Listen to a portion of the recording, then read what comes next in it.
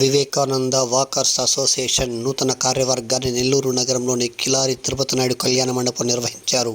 నూతన కార్యవర్గ ప్రమాణ స్వీకారం, అభినందన సభను జరిగిన ఈ కార్యక్రమంలో నేతాజీ సుబ్బారెడ్డి, మాజీ అధ్యక్షులు, గౌరవ అధ్యక్షులు, మాజీ కార్పొరేటర్ మేకల్ నరేందర్ రెడ్డి, స్వర్ణ రమేష్ బాబు, డివి సుబ్బరాజు, చంద్రమౌళి, శేషగిరిరావు, నలబోలు బలరామనాయుడు తదితరులు పాల్గొన్నారు. ఈ సందర్భంగా నూతన కార్యవర్గ అధ్యక్షునిగా అమరేందర్ రెడ్డి, కార్యదర్శిగా రవిచంద్ర తదితరులను ఎన్నుకున్న సందర్భంగా వాళ్ళకి ఆత్మీయ సన్మానం నిర్వహించారు.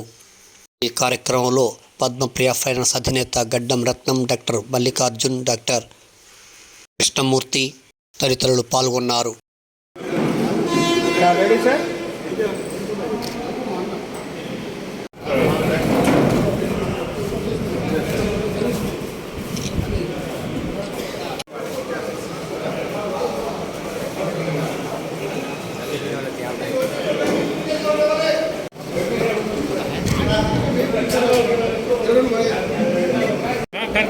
రోగులకందరికీ కూడా రైటింగ్ వస్తుంది, అర్థం వస్తుంది.